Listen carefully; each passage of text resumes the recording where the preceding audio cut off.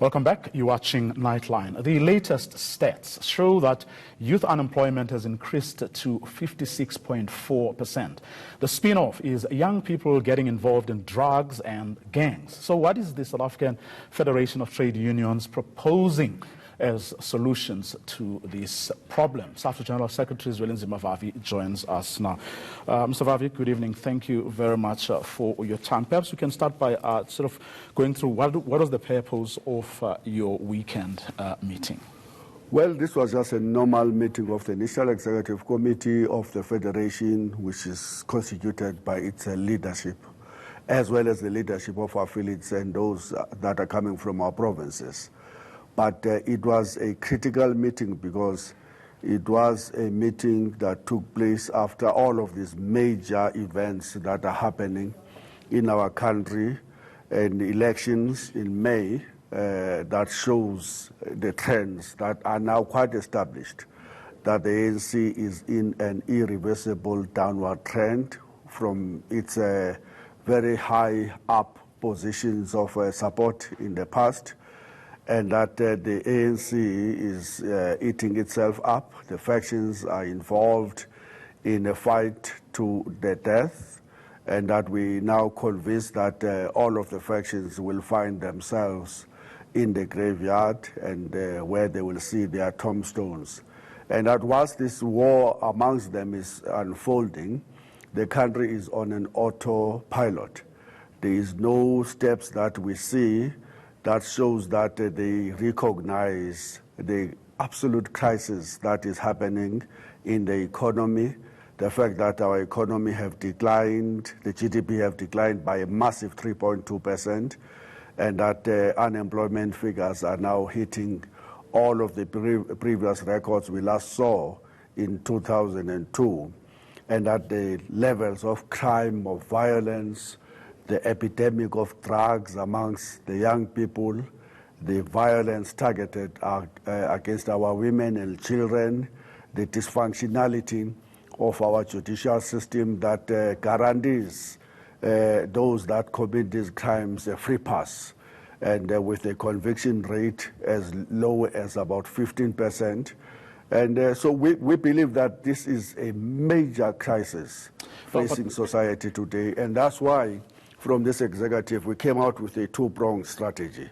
We believe that the time is now for us to mobilize the working class, the poorest of the poor, and all of those who believe that the current policies being pursued by the government have simply failed dismally, the black people in particular.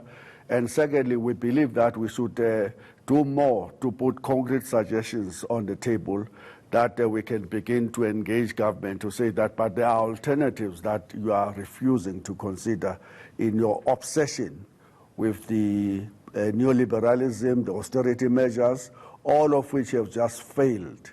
I mean, if you were to get an audience with the leaders of the governing party, what would you put on the table as possible solutions?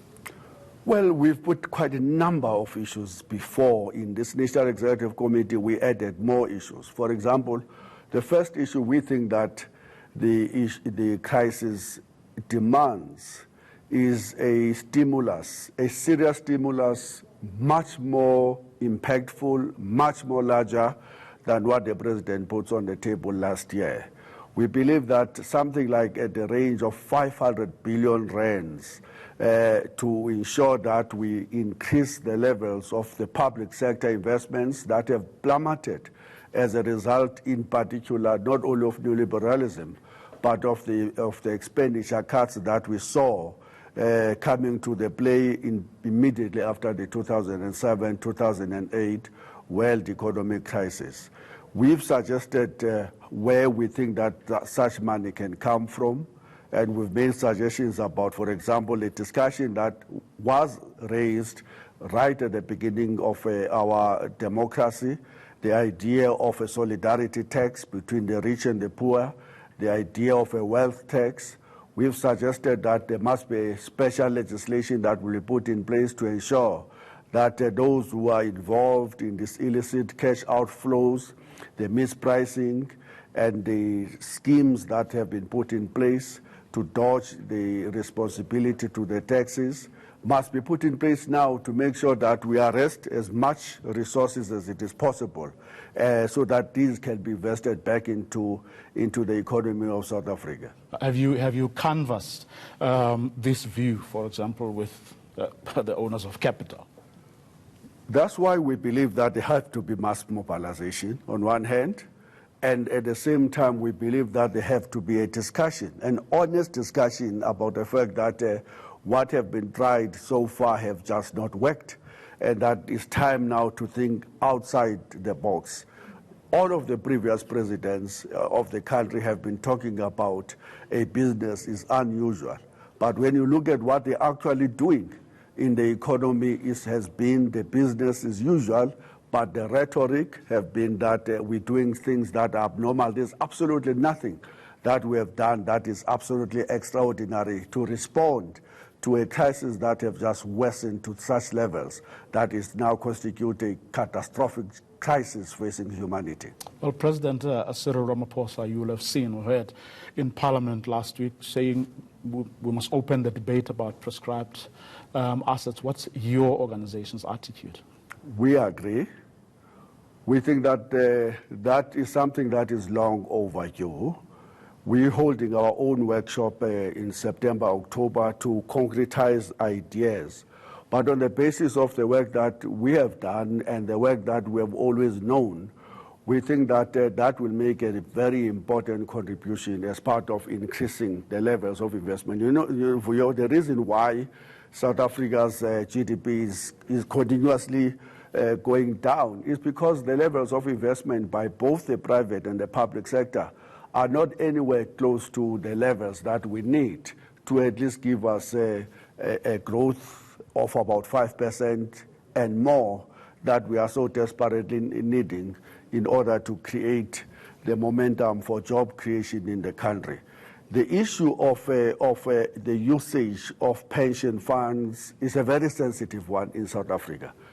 The reason why it has become sensitive more than even it was during the apartheid era, that have actually used the prescribed investment to build us all of the state-owned enterprises that have been destroyed in the first 25 years of democracy, is because of the levels of corruption. There's so much suspicions on the part of workers. Any mentioning of their pension and provident funds that they could be used for developmental challenges facing South Africa makes everybody very nervous, precisely because people have listened to what is coming out of the PIC inquiry. People on a daily basis are being fed by horrifying stories of what have happened to our country in the Zondo Commission. And so it's a very sensitive discussion, but it's a discussion that puts us between the hard place and the rock in this way. If we allow the current trends, where this government clearly will not be able to support the ESCOM, put in a 59 billion rands now for over the next 3 years, and it will not be able to sustain those levels of rescuing of ESCOM. Very soon this government will be standing. In fact, it is almost near the cliff in terms of its fiscal policies.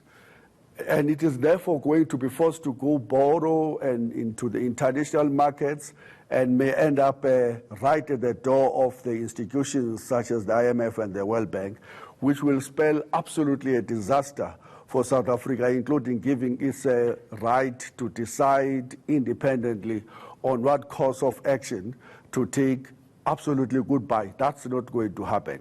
If ESCOM was to collapse, goodbye to the economy. And I think it will be goodbye to millions and millions of the jobs that are currently employed. Everything will just come to a total collapse. No worker can want to say we must just stand by and allow a collapse of an institution as important to this economy as ESCOM. So that's why we're now exploring what can we do. And we think that within the current regime of regulations, for example, the regulations allow the pensions funds and the provident funds to to allow these pension funds to invest at least up to 10% in the unlisted investments, meaning outside the Johannesburg Stock Exchange, you can invest up to 10%.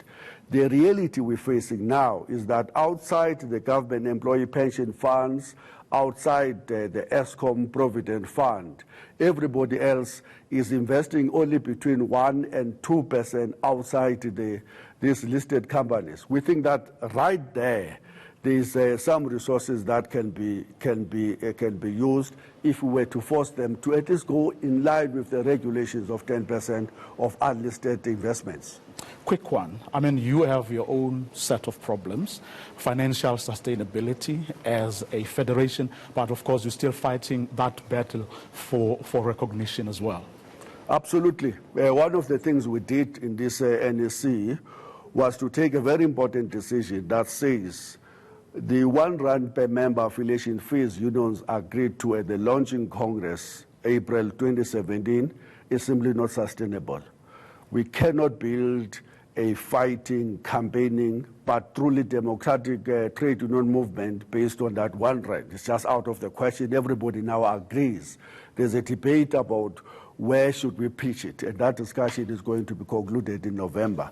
Secondly, we all agree that, look, we created an excitement when we're campaigning around the initial minimum wage and the rejection of the amendments to the Labor Relations Act, but we've allowed a lull, we've allowed some degree of demobilization, and we've agreed now to do a lot of actions going forward to that Central Committee, such that beyond it, we can go back to a federation with capacity, with resources, to ensure that we remain true to what we promised South African workers, that we're going to be a fighting, campaigning trade union federation.